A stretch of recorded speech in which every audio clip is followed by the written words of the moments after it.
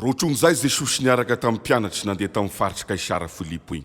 Nagnontany mpianatra izy, da hoy izy: hoy Jesosy nangotany ataonareo iamayaho paminany hoinge sasany Elia zao nabatisa hoy Petera nangazava hanao ni Kristi mpanjaka. hoy Jesosy nangotany ataonareo iamayaho paminany hoinge sasany Ny sasany manarao Elia zao nabatisa i Petera koa zay zaka moramora anao ny Kristy zanak'Andriamanitra velona. Kristi mpanjaka. Sambatra anao Petera Barzaony, sy mba nofo mandragny ny zakanao an'izany fa avy amin'ny abaka akaboagna an-dagnitrignao. anao Petera anao ny alakile aoriko aminao ny fiangonagna Hanao Petera ngelakile aoriko aminao ny fiangonagna. Hanao Petera ngelakile aoriko aminao ny fiangonagna.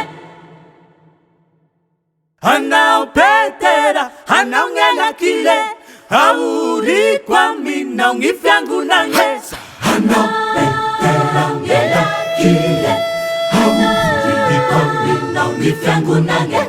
Hanao Petera ngelakile aoriko aminao ny fiangonagna.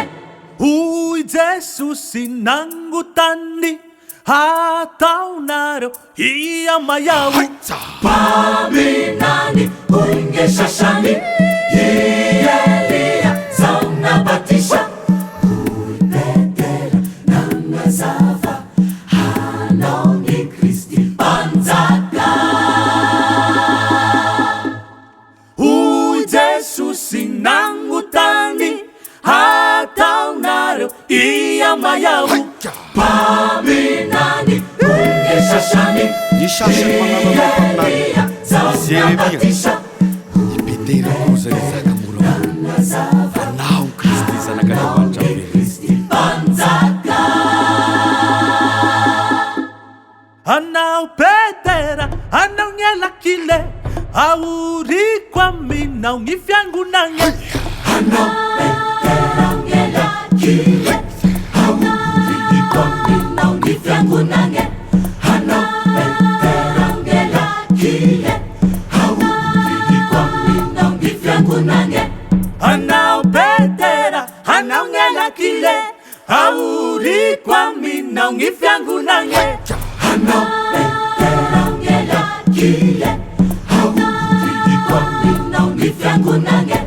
Hanao Petera ngelakile aoriko aminao ny fiangonagna. Petera zanak' Zaona, da tenao tokotry mayaho da tiako anao ragnandria fa hano ary ngonjoko. Petera zanaki Zaona. Ujiai vai anao. Petera zanaki Zaona. Kafahano arigo je. Kafahano arigo je. Kafahano arigo je. Kafahano arigo. Ny fahanan'ny Petera ny ngonjy da voky.